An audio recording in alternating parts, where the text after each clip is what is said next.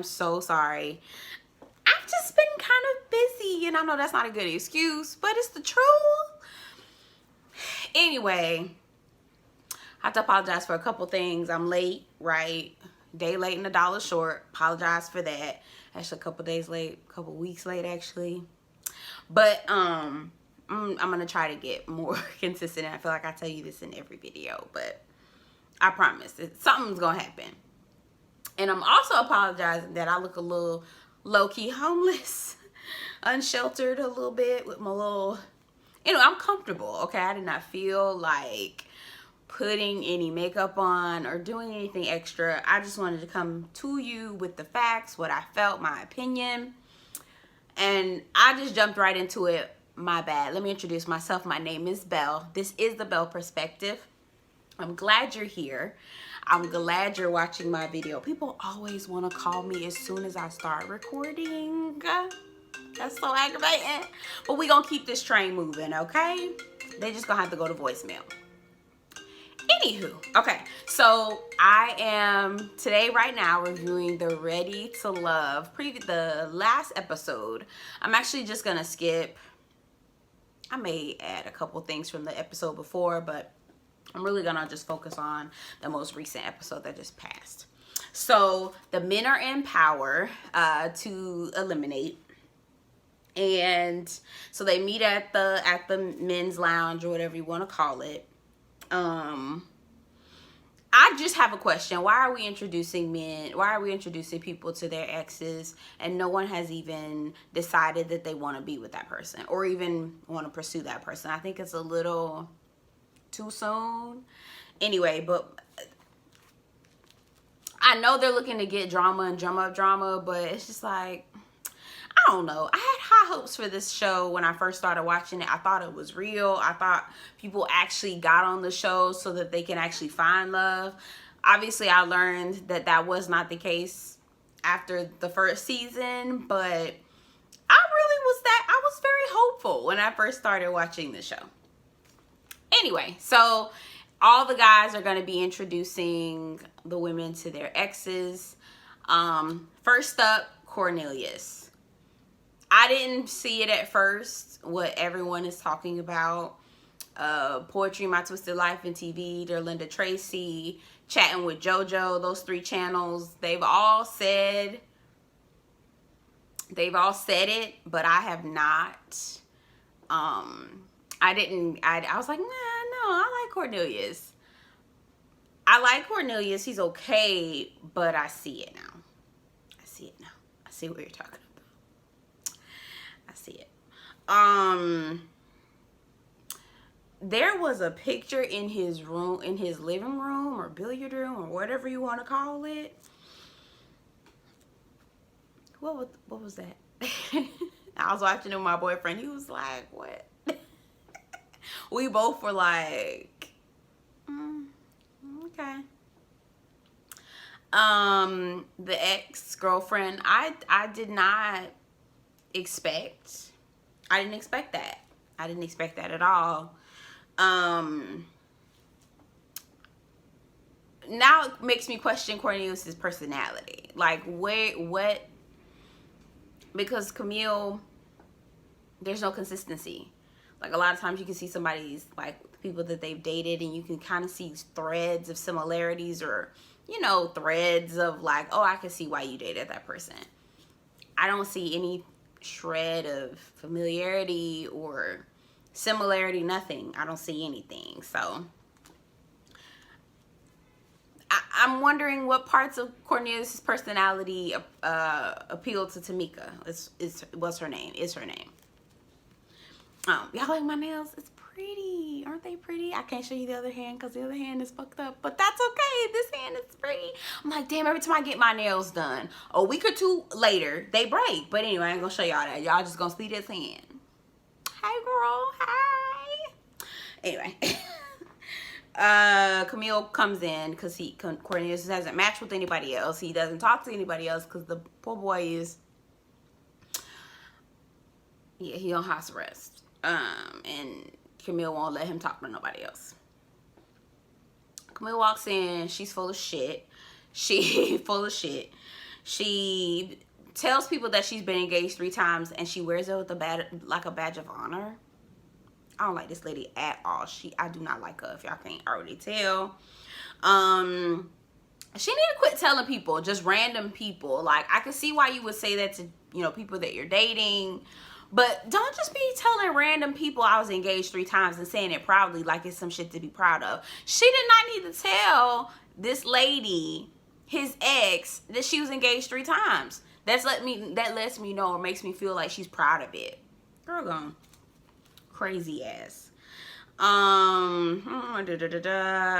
I'm looking down at my notes. Cause yeah. Yeah, she looks like she was proud of it. She kept her composure, talking about God, and yes, I'm willing to hold on, you know, if that's what, you know, because this relationship is different, and, you know, if I'm, Cornelius is different, and if he's being led, you know, led by to have a spiritual walk, then I think that that's a great thing, and I'm gonna be walking with him, and we'll be reading the word, and blah blah blah. I'm like, girl, you were just with your friends. Your friends literally put you on blast. Your friends literally put you on blast last week about how you don't wait for the D, which again, in your confessional, I mean, not get to know the cast, the part where you get to know the cast, you were saying that you were willing to wait for marriage, but your friends bust you out and told you that you weren't, and that they're surprised that you're waiting. Girl, flawed. They used to say this back in the day, girl, you flaw. Girl, you flaw. I don't like her. I do not like her. She would have got cussed out. I would have cussed her ass out a long time ago. She would have got cussed out. Straight up. You would have got cussed the fuck out. Like, straight up. As long as God is in the mix. But then you get downstairs after you finish talking to this girl, put your little fake ass face on, talk to this girl, give her the right answers, and I love the way the ex called it out. Women be knowing. Women be knowing women. I feel like men know men and women know women. Women know bullshit when they see that. They like, girl, go on. Girl, if you don't go somewhere, her friend, his ex-girlfriend, which I keep feeling like that's his friend. I don't feel like that was his ex, but whatever. That's none of my business. Well, quiet as it's kept, it kind of is, but whatever. I have no proof is what I meant to say. Yeah, this is not. It's not.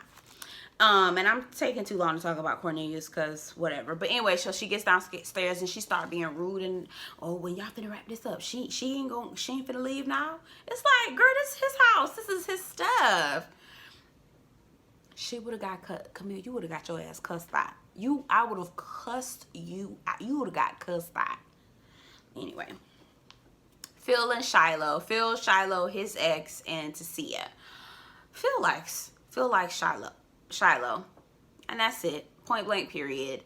Even the ex doesn't look like Shiloh, but they're in that same vein. Shiloh and his ex are in the same vein. I would classify them in that same pot, right? Tasia, girl, like,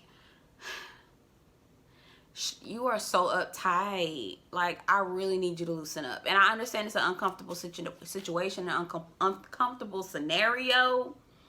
But, girl, I need you to loosen up. Just period. Like, just laugh a little bit. Giggle a little bit. Girl, you don't got a kiki in you at all. Like, not a kiki or nothing. I have not heard her laugh or anything throughout this entire process. She has been either straight faced or shooting straight from the hip this entire time. And it just feels like she has a dry ass personality. I'm sure that's not the case, you know, when she's with people that she knows, but from what I've seen her interactions, it's been dry. She been dry. She even kind of got a little, she didn't get rude, but she got a little snippy with with his ex. She was like, I guess the ex was kind of like trying to dig a little bit deeper. Like, what would your ex say about you? You know, what are some negative things? And she was like, I'm not really ready to discuss that with you. I was like, oh my God, girl, you could have you ain't need to do that. You didn't need to do that. And there's a lot of backlash going on online about how, well, not a lot of backlash, but a lot of people commenting about Zadia and Dante and their date, and how Zadia was like, you know, basically what are the red flags about Dante. But I find it funny that when Shiloh asked that same question about Phil, nobody really thought that she was being negative. Although I'm not here for Zadia either. And that's so disappointing, because I always love to see a TV show and they have beautiful dark-skinned women, darker-skinned women on there. I always end up wanting to root for them, but then but not always. But then when I find out their attitudes be trash, then I get really sad about it. I'd be like, what the fuck? Like, I'm here to root for you, and you disappointing me. Camille, Zadia, nasty ass attitude. Like, what the fuck is going on? Anyway. I can't root for y'all. I just can't. It's just ridiculous. Ridiculous ass attitudes, especially Camille. Okay, so Frank introduced his ex to Mumin, which I don't know why they're still talking. They're not sexually compatible. Why? This is how I know the show is, this show is just for, this is for kicks and giggles. Because why are y'all still talking? She's waiting to have before marriage, or waiting to have sex waiting to have sex. What the fuck? Sorry. She's waiting to have sex until she's married. He says that he's hypersexual. What are we doing here? I don't understand. This is how I know this is TV. And then he has Sydney, which I feel like he just need to get with Sydney, because I feel like Sydney is, no shade to you, Sydney, I'm pretty sure you're a wonderful woman, but she kind of just give me fake vibes. Like, I don't really know, like, she's really bubbly, which is not a problem, because my personality is the very same. Well, it's similar. But there's still like a element of realness to me, and I'm not saying that she's fake. I'm just saying I can't really detect her personality. And when I'm not able to detect it, I put a question mark on you. So no offense to you, but I feel like Frank is a fuckboy, and I feel like Sydney could handle a fuckboy, because she be on some fuckery too. I feel like that's what it is. I feel like she can handle a fuckboy because she be on fuckery too. She says in her confessional she was surprised to see Frank's ex, but she had questions for him, for the ex. So how did you prepare questions? How did you prepare questions for someone that you didn't know was gonna be there? Y'all, this is TV. Y'all get your story right. You fucking it up. Get your story right. Again, Mumin, what you doing there? Y'all just on here for TV. Okay, Walter's ex. Walter introduces Mumin and Sabrina to his ex. Her nails were just so distracting. They were just so distracting. They were so distracting. She looked like Edward Scissorhands, and I just didn't understand. And I did not see Walter being with her either. So, anyway, Sabrina walks in. I love the way Sabrina dresses. She's so fashionable. So stylish is what I should say. Because fashion can go in and out, but style never dies, right? Style never changes, never gets old, and never expires, but fashion does. So she's very stylish. Sabrina was off-putted, and she tried to pretend like she wasn't, but girl, you was rude, and you was off-put. People, you off-putted? That's not even a word. I know it's not. Don't judge me and don't talk about me in my comment section. She was off-put, right? I think. I did go to school. All right, I have a bachelor's and a master's degree. Hello. All right, I just can't think of the word. But yeah, she told his ex that I don't need to, because the ex was trying to, you know, ask her, did she have questions for her, you know, anything like that. This girl said to her, you know, in layman's terms, I don't need to ask you anything to validate who this man is and what I know him to be. Girl, what? Girl, what? Don't do that. What? That rudeness? Rudeness. And then she tries to sashay her ass up out of the date or whatever. Oh, honey, I've got a styling appointment I've got to go to. I'll talk to you guys later. Ta-ta. Sabrina. And then because, you know, Moomin comes in, I guess she didn't realize that Moomin was going to be a part of the date as well. So she gets an attitude, and that's when she excuses herself. Oh, honey, I've got a styling appointment I've got to go to. I've got to run. Oh, it was nice meeting you. Ta-ta. Girl! And I'm not concerned about anything that Walter's doing. Daddy knows where home is. Girl, do he? And Daddy. What y'all doing? Y'all having the sex? Is y'all having the sex? Him? I mean, he not ugly, but is y'all having the sex? Okay. I mean, he not ugly, but he not your man, though. Okay. Anyway, I'm not gonna I'm mind my business. Dante. I don't fuck with Dante. And I had somebody tell me in my comment section that, you know, that it is possible for someone to want to be with someone like Dante who has 3 baby mamas. 3 baby mamas. 3 of them. All 3 of them. 3 different baby mamas. And they would still date him. And I said, well, good for you. Because ain't no way in hell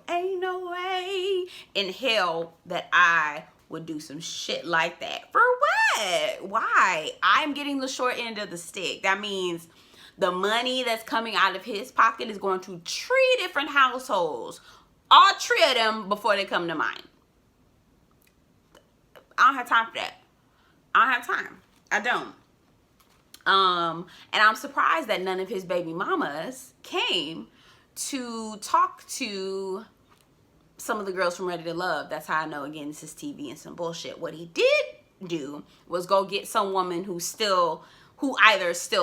likes him, never had a chance to date him, and wanted to date him, or a girl he kind of let cut loose because she was too good of a girl before he started doing his dog shit, which I'm pretty sure he cut her loose. And she still wants to talk to him because she had such positive things to say about him. She even said that if she had an opportunity, she would date him again.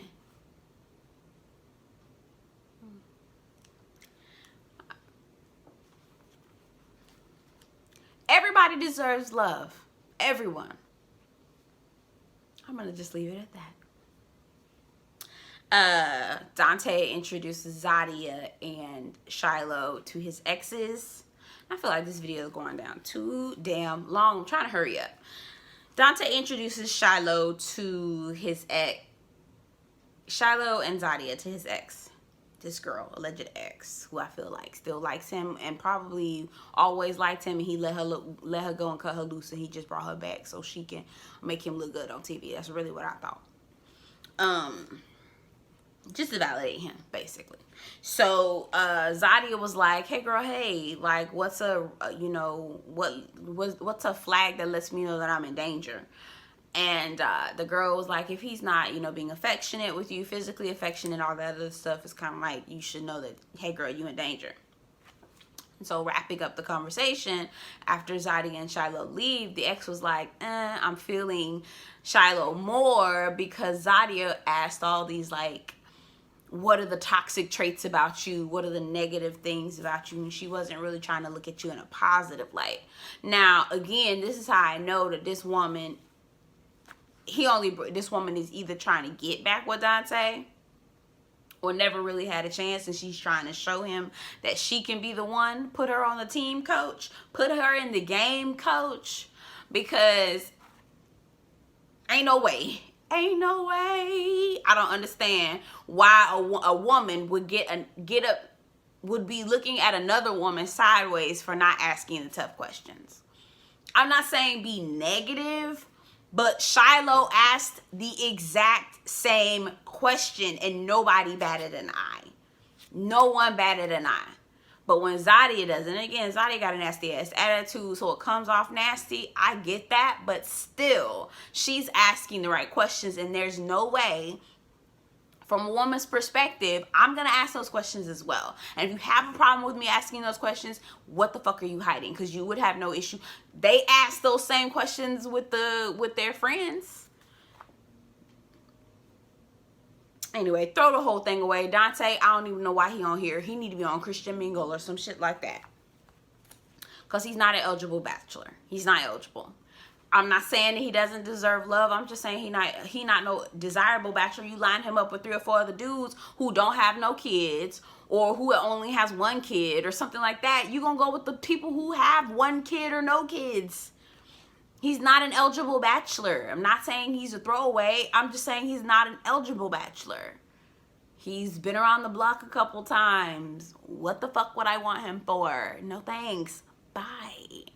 Get on Christian Mingle. You can find love there. Obviously, you found love 3 times before. Whatever.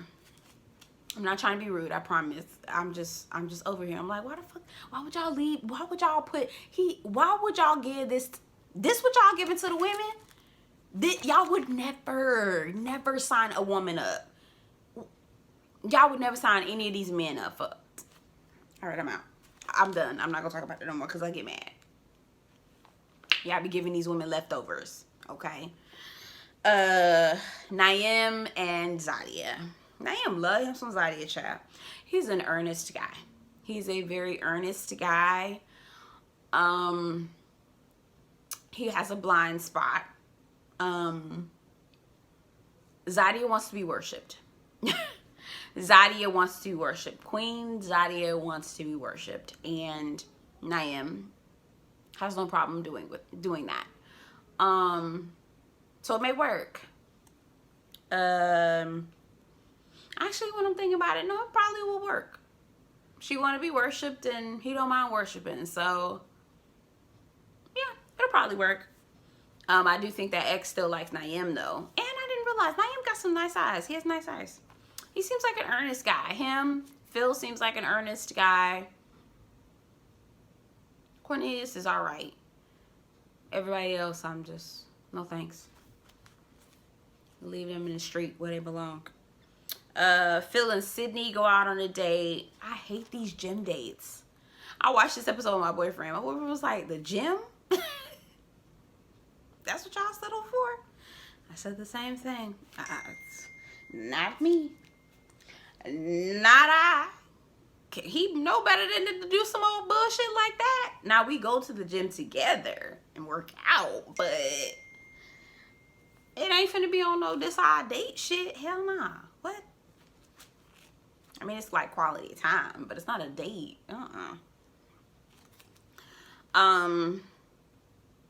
So they get back to the, I was gonna call it ladies' lounge. They get back to the dudes' lounge. The guys deliberate is what I'm trying to say.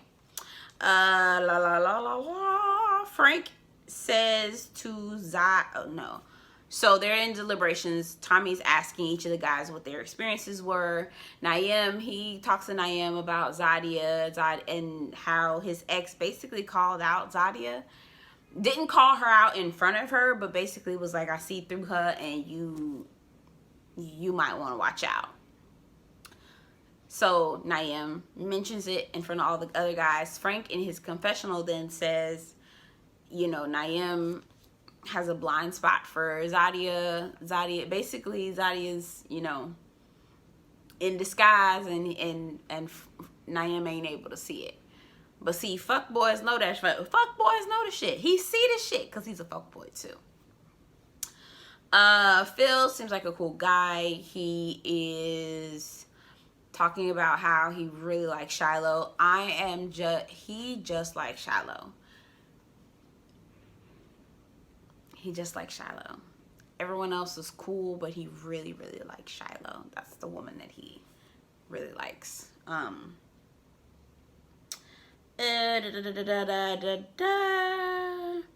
Tommy asks Cornelius, you don't see no red flags with Camille? And he just like, well, I mean, that was a red flag, but you know, we talked about it. Child, Cornelius is a battered man, and it's not funny.